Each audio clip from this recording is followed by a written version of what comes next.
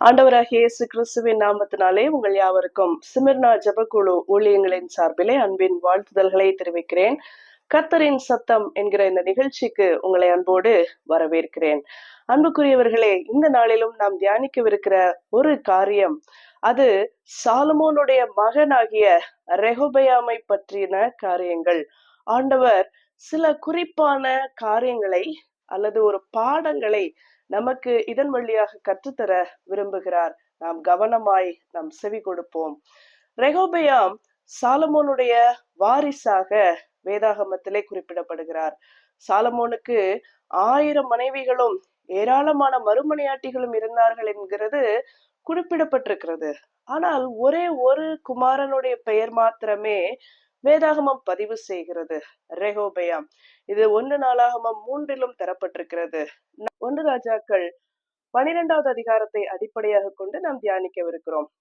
இதற்கு முந்தைய 11வது அதிகாரத்திலே சாலமோனுடைய இறுதி நாட்கள் தரப்பட்டிருக்கிறது.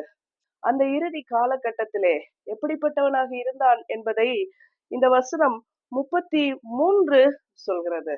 தன் தகப்பனாகிய தாவீதை போல் அவன் செம்மையானதை செய்யவில்லை, வழி விலகி பல விதமான விக்கிரகங்களுக்கு அவன் அடிபணிந்து போனதை அந்த வசனங்கள் சொல்லுகிறது. ஆண்டவர் சொல்லி தந்த கட்டளைகளையும் நியமங்களையும் கை கொள்ளாதபடி அவைகளை மீறி அவன் நடந்து கொண்டான்.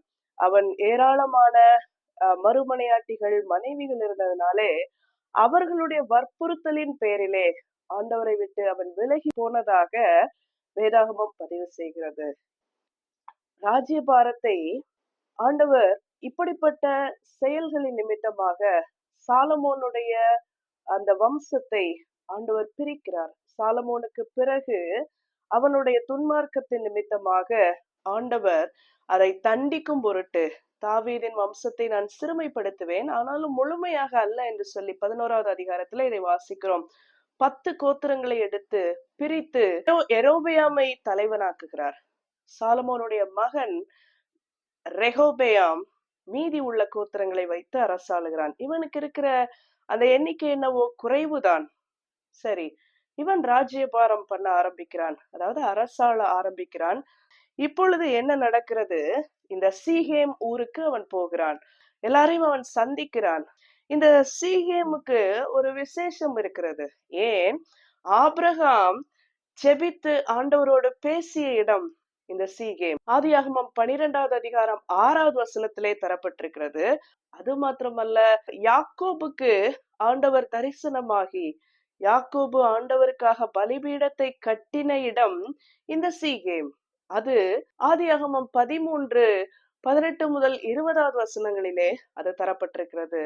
அது மட்டுமல்ல, யோசேப்பு எகிப்திலே இருந்தான். பிறகு அவனுடைய எலும்புகளை கொண்டு வந்த போது சீகேமிலே யோசேப்பை அடக்கம் பண்ணினார்கள் என்று நாம் வாசிக்கிறோம். அது யோசுவா 24:32 தரப்பட்டிருக்கிறது. இப்படிப்பட்ட விசேஷம் நிறைந்த முக்கியத்துவம் வாய்ந்த ஒரு இடமாகிய சீகேமுக்கு இந்த ரெகொபெயாம் போகிறான். எல்லாரையும் வர சொல்லி இருக்கிறான். சரி, போய் அவன் என்ன செய்தான்? ரெகொபெயாம் வந்து விட்டான். அடுத்து ஒரு சமாதானம் உண்டு. சாலமோனுக்கு எதிராக நான் இருந்தேன், இனி எல்லாம் அமைதியாகும் என்று நினைத்து யெரொபெயாமும் வருகிறான். இப்பொழுது ஒரு குழுவாக அந்த அரசனாகிய ரெகொபெயாமை சந்திக்கிறார்கள். அவர்கள் சந்தித்து என்ன நடக்கிறது? 4வது வசனத்திலே ஒரு குழுவாக இணைந்து அவரிடத்திலே ஒரு அப்ளிகேஷனை வைக்கிறாங்க. அப்ளிகேஷன்னா ஒரு ரெக்வெஸ்ட். என்னது?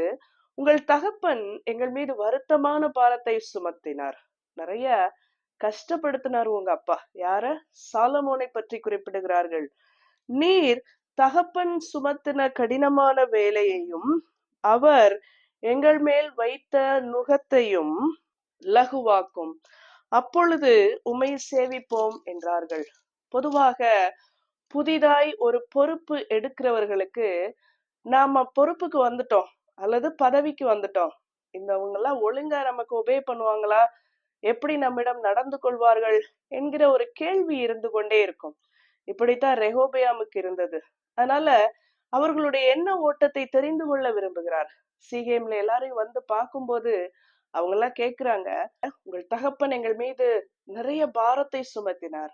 நீர் எங்களுக்கு லகுவாக்கும் அவைகளை நாங்கள் உம்மை சேவிப்போம். பொதுவாக பணியாளர்கள் அதிகாரிகளிடம் எதிர்பார்ப்பது இதைத்தான்.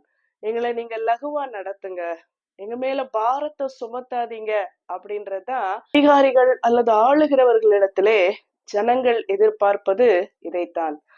அப்படியா என்று அவன் கேட்டுக்கொண்டு, ஆனால் அவன் செய்தது என்ன தெரியுமா?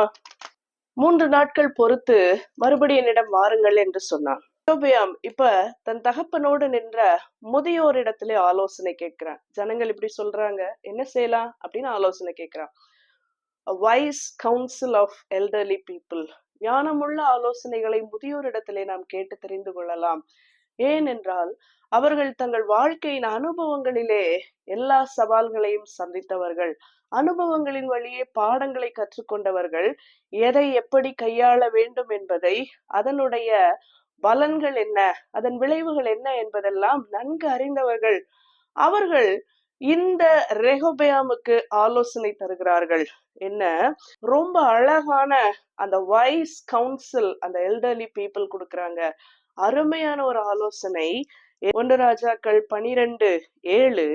அதற்கு அவர்கள், நீர் இன்று இந்த ஜனங்களுக்கு சேவகனாகி அவர்களுக்கு இணங்கி அவர்கள் சொற்படி செய்து மறுமொழியாக நல்வார்த்தையை சொல்வீரானால் என்னாலும் அவர்கள் உமக்கு ஊழியக்காரராயிருப்பார்கள். ரொம்ப அழகான ஒரு கவுன்சில். அவர்கள் ரெகொபெயாவிடம் தெரிவித்த காரியம் என்ன தெரியுமா? முதலாவது காரியம், நீர் இன்று இந்த ஜனங்களுக்கு சேவகனாகி, be a servant to them. இதான் முதல் வார்த்தை, முதல் ஆலோசனை அவர்கள் கொடுத்தது. அடுத்தது அவர்களுக்கு செவி கொடுத்து, அடுத்தது அவர்களுக்கு நல்வார்த்தையை சொல்வீர்களானால் என்னாலும் அவர்கள் உமக்கு ஊழியக்காரராயிருப்பார்கள். ரொம்ப நல்ல ஆலோசனை. ஜனங்கள் ராஜாவை எதிர்க்காதபடி, ஜனங்கள் அரசனை எதிர்த்து நிற்காதபடி, அரசனுக்கு இணங்கி நடக்க வேண்டுமானால் அரசன் எப்படிப்பட்டவனாக இருக்க வேண்டும் என்கிற ஆலோசனையை ரெகொபெயாமுக்கு அவர்கள் சொல்லியதை பார்க்கிறோம். மத்தேயு 20:26 மற்றும் 27 வசனங்களை வாசிப்போம். உங்களில் எவனாகிலும் பெரியவனாக இருக்க விரும்பினால் அவன் உங்களுக்கு பணிவிடைக்காரனாக இருக்க கடவன். யாரு உங்களுக்குள்ள பெரியவனாகணும்னு நினைக்கிறீங்களோ, let him be a servant. அவன் பணிவிடைக்காரனாக இருக்கட்டும். உங்களில் எவனாகிலும் முதன்மையானவனாய் இருக்க விரும்பினால் அவன் உங்களுக்கு ஊழியக்காரனாய் இருக்க கடவன். ஊழியக்காரன் என்பது வேதாகமம் குறிப்பிடுகிற பதம் என்ன தெரியுமா? வேலைக்காரன், சர்வெண்ட். நீ பெரியவனாய் இருக்க விரும்பினால், முதன்மையானவனாய் இருக்க விரும்பினால் நீ வேலைக்காரனாயிரு என்று ஆண்டவர் சொல்கிறார். அததான் இங்க அழகா அந்த மூத்தோர ஆலோசனை சொல்றாங்க பாருங்க. be a servant to them. இன்று அந்த ஜனங்களுக்கு சேவகனாகி அவர்களுக்கு நீ வேலைக்காரனாக மாறு என்று சொல்கிறார்கள். ஆனா இவனுக்கு அதை ஒத்துக்கொள்ள முடியல. உடனே அவர்களை பணித்து விட்டு இளையோரை அழைக்கிறான். தன் வயதை உடைய அவர்களை அழைத்து ஆலோசனை கேட்கிறான். அவங்க ரொம்ப முட்டாள்தனமா ஆலோசனை தர்றாங்க. அப்படியா, எங்க அப்பா இப்படி செஞ்சாரா, நான் இன்னும் அதிகமா செய்வேன். அவர் உங்களை அடித்தாரா, நான் தேள்களை கொண்டு உங்களை தண்டிப்பேன், இப்படி எல்லாம் சொல்றான். மக்களுக்கு அவன் மீது வெறுப்பு உண்டாகிறது. வெறுப்போட பிரஜைகள் மக்கள் இருப்பார்களானால் எப்படி ராஜாவுக்கு அவர்கள் இணங்கி நடக்க முடியும்? ராஜா எப்படி வெற்றி பெற்ற அரசனாக இருக்க முடியும்? முடியாது. ரெகொபெயாமை எது இப்படி பேச தூண்டியது? முதலாவது, அவன் தன்னை தான் யார் என்பதை அறியாதபடி சாலமோனுடைய மகன் என்கிற ஒரு பெரிய அந்தஸ்தை நினைத்து கொண்டு இருக்கிறான். ஆனா மக்கள் உன்னை நீ யார் என்கிற அடிப்படையிலே தான் பார்ப்பார்கள். அவன் செய்வதை கொண்டுதான் அவனை அளவிடுவார்கள். அதை அறியாதவனாக இருந்தான். இன்னொன்று, ஆலோசனை என்கிற பெயரிலே முதியோர் தந்த காரியங்களை அவன் ஏற்றுக்கொள்ளாதபடி தன் வயதை ஒத்த பியர்ஸ், இந்த பியர் குரூப் இருக்காங்கல்ல, ஒத்துதுறது, நீங்க செய்யறது நல்லா இருக்கு, சூப்பர், அப்படி இப்படின்னு பாராட்டின உடனே அதிலே மயங்கி போய் அவர்கள் சொல்லுகிற முட்டாள்தனமான ஆலோசனையை அவன் கண்மூடித்தனமாக கேட்பதை பார்க்கிறோம். பெருமை அவன் கண்களை மறைத்தது. முதியோருடைய ஆலோசனைக்கு புறந்தள்ளியது அவனை கீழே தள்ளியது. நீங்களும் நானும் இதிலிருந்து கற்றுக்கொள்ள வேண்டியது என்ன? பெருமையை தவிர்த்து விடுவோம். ரெகோபெயாமை போல அல்லாது முதியோருடைய ஆலோசனைகளை, அவர்கள் வாயின் வழியே வருகிற, அவர்கள் சொல்களிலிருந்து வருகிற முத்துக்களை போன்ற அந்த ஆலோசனைகளை காது கொடுத்து கேட்போம். நீங்கள் உங்கள் பதவிகளிலோ அல்லது உங்கள் பொறுப்புகளிலோ முதன்மையான இடத்திற்கு வர விரும்பினால் பி எ சர்வன்ட் என்கிற அந்த ஆலோசனையை நம் வாழ்க்கையில கடைபிடிப்போம். உயரமான இடங்களுக்கு வர விருப்பமா? முதலாவது கீழ்மட்ட பணியாளனா இருக்க உங்களை பழக்கப்படுத்திக் கொள்ளுங்கள்.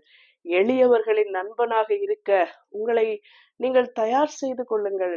எப்பொழுதுமே ஆட்சி அதிகாரம் ஒன்றே உங்களுக்கு உதவி செய்யாது. எளியவர்களின் நண்பனாக மாற நீங்கள் முயற்சி செய்யுங்கள். ஆண்டவர் இன்று இந்த வேதாகம கதாபாத்திரத்தின் மூலம் கற்றுத்தருவது இதுதான். வேதாகமம் எப்பொழுதுமே வெற்றி பெற்றவர்களை மாத்திரம் பதிவு செய்யவில்லை. வெற்றி பெற்ற நபர்களுக்கு பின்னால் இருக்கிற ஃபிளாஸ், அவர்களது குற்றங்களையும் அவர்களது தவறுகளையும் அவர்களது முடிவுகளையும் வேதாகமம் பதிவு செய்தே இருக்கிறது. சாலமோன் வழி விலகியதுனாலே வாழ்க்கை முடிந்தது. அவனுடைய பெருமை முடிந்தது. மகா ஞானியான சாலமோன் பாவமாய் அவனுடைய முடிவு ரொம்ப வேதனைக்குரியதாக இருந்தது. மிகுந்த வேதனைக்குரியதாக இருந்தது. ஆனால் அவனுடைய மகன் ரெகோபெயாம், ஞானிக்கு பிறந்த மகன், முட்டாள்தனமாய் நடந்ததை நாம் பார்க்கிறோம். நீங்கள் ஞானமாய் அரசாட்சி செய்யுங்கள்.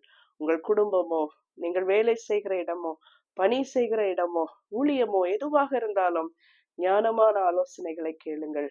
ஞானவான்களின் ஆலோசனைகளுக்கு கவனமாய் செவி கொடுங்கள். உங்கள் கூட இருந்து உங்களை மகிழ்ச்சி படுத்துகிற அந்த அந்த ஜனங்களுடைய வார்த்தைகளை புறந்தள்ளி விடுங்கள். எச்சரிக்கையாயிருக்க ஆண்டவர் நம்மை அழைக்கிறார். பிடிப்போமா? கிருபையுள்ள நல்ல ஆண்டவரை, இதை கேட்கிற ஒவ்வொருவரையும் நீர் ஆசீர்வதிப்பீராக. முதியோருடைய வாயிலிருந்து வருகிற ஞானமுள்ள சொற்கள் எங்களோடு பேசட்டும். எங்களுக்கு அது உதவி செய்யட்டும். நீர் எங்களுக்கேற்ற ஆலோசனைகளை வேதாகமத்திலே வைத்திருக்கிறீர். யார் முதன்மையானவனாய் இருக்க விரும்பினாலும் அவன் ஊழியக்காரனாய் இருக்கட்டும். அந்த வார்த்தையை இன்றைக்குரிய பாடமாக நாங்கள் எடுத்துக்கொள்கிறோம். எங்கள் வேலை, எங்கள் குடும்பம், எங்கள் ஊழியம் எல்லாவற்றிலும் நாங்கள் பணிவிடைக்காரர்களாக இருந்து மக்களுடைய மனநிலையை புரிந்து கொண்டு அவர்களோடு இணைந்திருக்க எங்களை ஒப்புக் கொடுக்கிறோம். நீரே மகிமைப்படுவீராக எங்கள் வாழ்க்கையிலே. இயேசுவின் நாமத்தில் ஜெபிக்கிறோம் நல்ல பிதாவே. ஆமென்.